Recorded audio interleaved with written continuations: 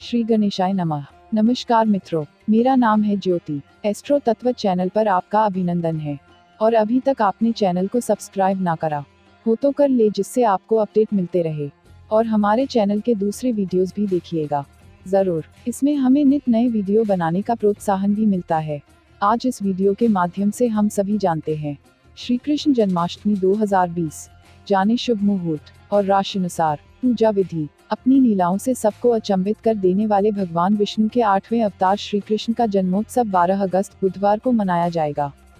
हिंदू पंचांग के अनुसार ये पावन त्योहार हर साल भाद्रपद महीने के कृष्ण पक्ष की अष्टमी तिथि और रोहिणी नक्षत्र में मनाया जाता है।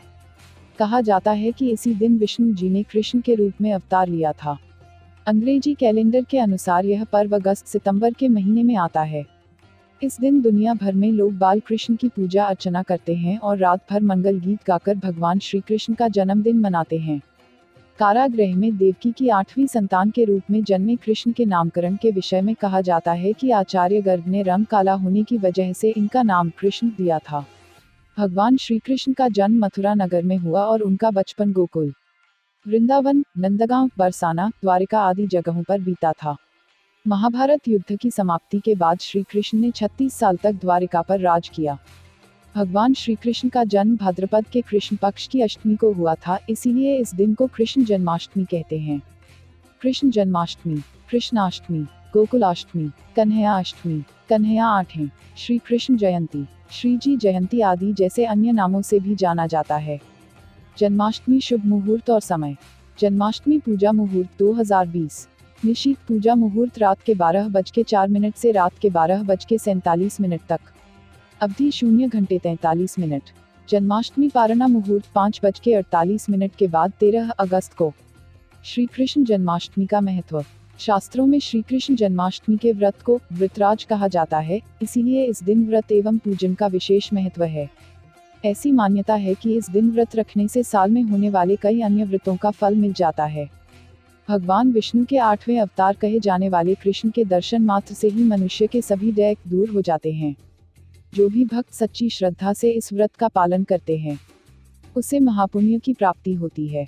जन्माष्टमी का व्रत संतान प्राप्ति, सुख समृद्धि, वंश वृद्धि, दीर्घायु और पितृदोष आदि से मुक्ति के लिए भी एक वरदान समान है। जिन जातकों का चंद्रमा कमजोर हो, वे भी जन्माष्टमी पर विशेष पूजा करके लाभ पा सकते हैं। अलग अलग राज्यों में हैं कृष्ण के अनेकों नाम। वैसे तो भगवान श्री कृष्ण के अनेकों नाम हैं, लेकिन कुछ ऐसे भी नाम हैं जो बेहद प्रचलित हैं और अलग अलग राज्यों में उन नामों से जाना जाता है। भगवान श्री कृष्ण को उत्तर प्रदेश में ब्रजवासी, माधव, नंद गोपाल, बाके बिहारी, वासुदेव, गोविंद और गोपिया आदि नामों से पुकारते हैं, तो वहीं राजस्थान में उन्हें श्रीनाथ जी और ठाकुर जी के नाम से पुकारा जाता है। गुजरात में द्वारकाधीश एवं रणछोड़दास के नाम से जाना जाता है, तो महाराष्ट्र में विठल तो के नाम पुकारते हैं। उड़ीसा में कृष्ण को भगवान जगन्नाथ तो बंगाल की तरफ गोपाल जी के नाम से पुकारा जाता है। दक्षिण भारत में कृष्ण की वेंकटेश या गोविंदा के नाम पूजा की जाती है, जबकि असम, त्रिपुरा, नेपाल आदि जैसे पूर्वोत्तर क्षेत्रों में कृष्ण नाम से ही लोग इनकी पूजा करते हैं। नाम चाहे कुछ भी हो, लेकिन पूरे देश दुनिया के लोग श्री कृष्ण के प्रति सच्ची श्रद्धा रखते हैं और उन्हें पूजते हैं। जन्माष्टमी व्रत और पूजा विधि। जन्माष्टमी व्रत में अलग अलग जगहों पर लोग अपनी सच्ची श्रद्धा से अलग अलग तरीके से पूजा व्रत करते हैं।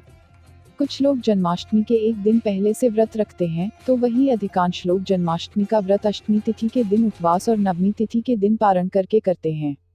इस व्रत को स्त्री और पुरुष दोनों ही रख सकते हैं। जन्माष्टमी व्रत को करने वाले को व्रत से एक दिन पहले यानी सप्तमी को सात्विक भोजन करना चाहिए।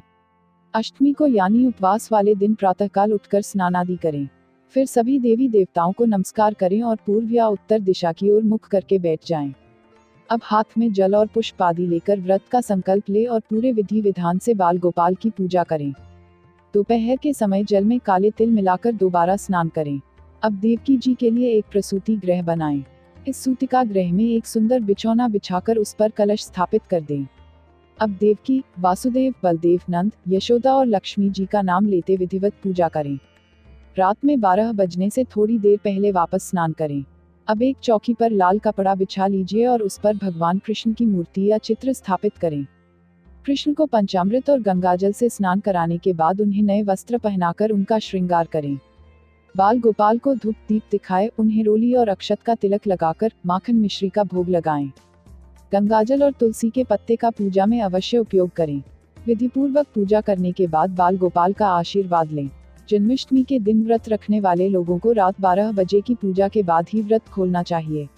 इस व्रत में अनाज ग्रहण नहीं किया जाता है। आप फलहार कर सकते हैं या फिर कुट्टू या सिंघाड़े के आटे का हलवा बना सकते हैं। 3 वक्त में की जाती है श्री कृष्ण जी की पूजा। 2 दिन मनाए जाने वाले जन्माष्टमी के त्योहार में कुछ लोग कृष्ण के जन्म से पहले व्रत रखते हैं, तो वही कुछ लोग कृष्ण के जन्म वाले दिन व्रत रखकर रात के समय जन्म के उपरांत व्रत खोलते हैं। इस दिन मुख्य रूप से 3 वक्त में कृष्ण जी की पूजा की जाती है।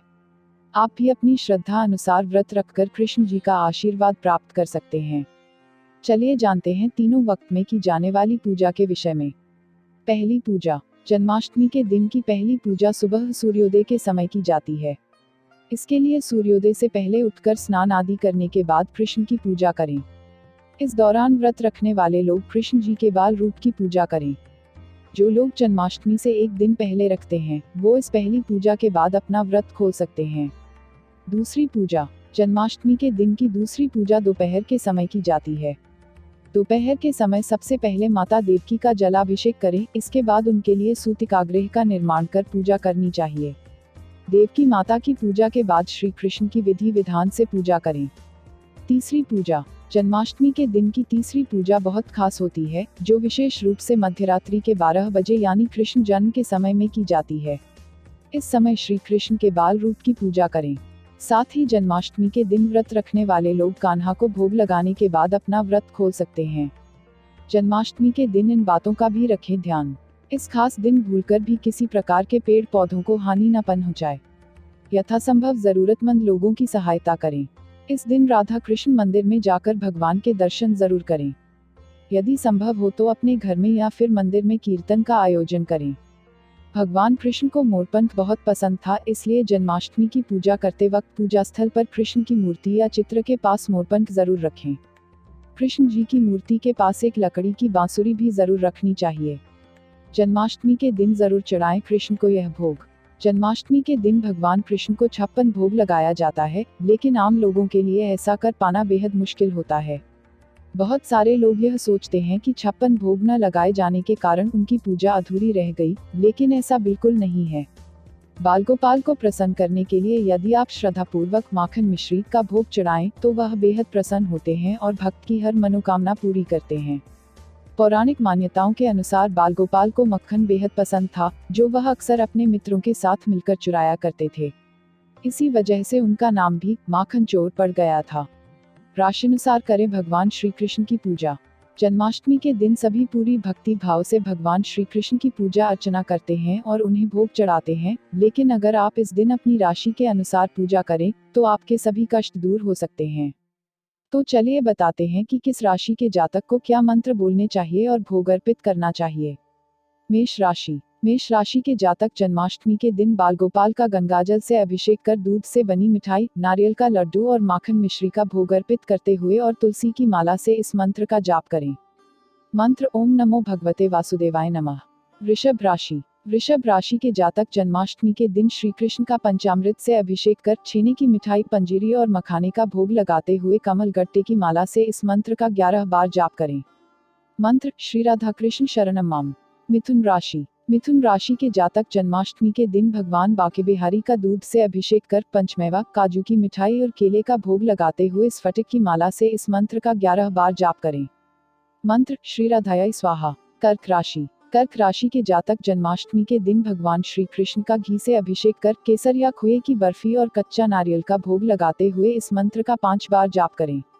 मंत्र श्री राधा वल्लभाय नमः। सिंह राशि। सिंह राशि के जातक कृष्ण जन्मोत्सव के दिन मुरलीधर का गंगाजल में शहद मिलाकर अभिषेक करते हुए लाल पेड़े, अनार और गुड़ का भोग अर्पित करें और इस मंत्र का जाप करें। मंत्र ओम वैष्णवे नमः।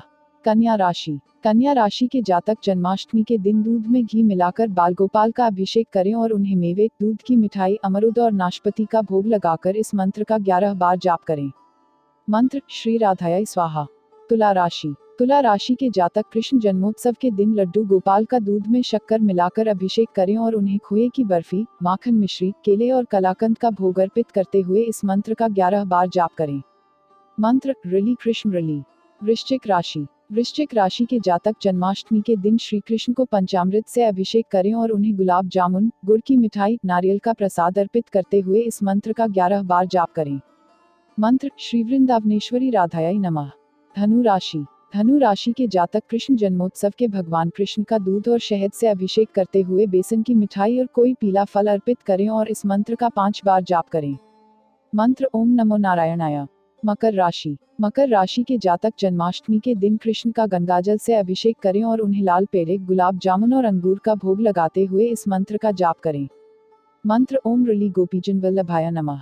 कुंभ राशि। कुंभ राशि के जातक को जन्माष्टमी के दिन नंद गोपाल का पंचामृत से अभिषेक कर भूरे रंग की मिठाई, पंचमेवे और चीकू का भोग लगाते हुए 11 बार इस मंत्र का जाप करें। मंत्र ओम नमो भगवते वासुदेवाय नमः। मीन राशि। मीन राशि के जातकों को जन्माष्टमी के दिन बाल गोपाल का पंचामृत से अभिषेक कर मेवे की मिठाई, इलायची व नारियल अर्पित करते हुए इस मंत्र का जाप करना चाहिए। मंत्र ओम रली गोकुलनाथाय नमः। जन्माष्टमी कथा। द्वापर युग के अंत में मथुरा में उग्रसेन राजा राज्य करते थे। उग्रसेन के पुत्र का नाम कंस था। कंस ने उग्रसेन को बलपूर्वक सिंहासन से उतारकर जेल में डाल दिया और स्वयं राजा बन गया। कंस की बहन देवकी का विवाह यादव कुल में वासुदेव के साथ निश्चित हो गया। जब कंस देवकी को विदा करने के लिए रथ के साथ जा रहा था तो आकाशवाणी हुई, हे कंस, जिस देवकी को तू बड़े प्रेम से विदा कर रहा है उसका 8वां पुत्र तेरा संहार करेगा। आकाशवाणी की बात सुनकर कंस क्रोध से भरकर देवकी को मारने के लिए तैयार हो गया। उसने सोचा, न देवकी होगी न उसका कोई पुत्र होगा। वासुदेव जी ने कंस को समझाया कि तुम्हें देवकी से तो कोई भय नहीं है, देवकी की 8वीं संतान से भय है, इसलिए मैं इसकी 8वीं संतान को तुम्हें सौंप दूंगा।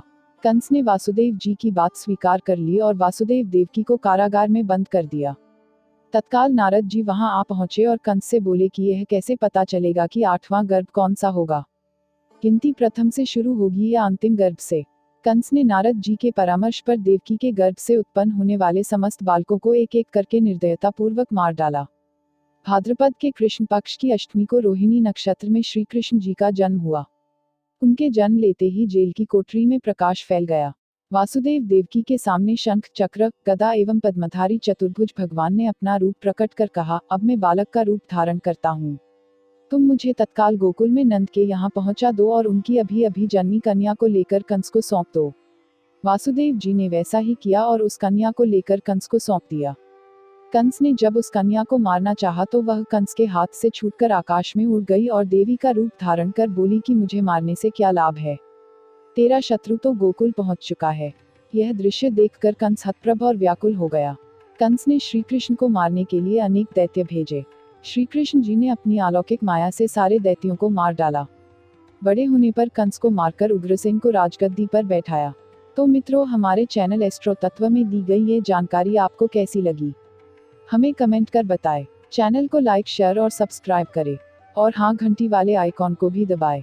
और चलते चलते खुश रहें, मस्त रहें, आबाद रहें, स्वस्थ रहें। धन्यवाद मित्रों।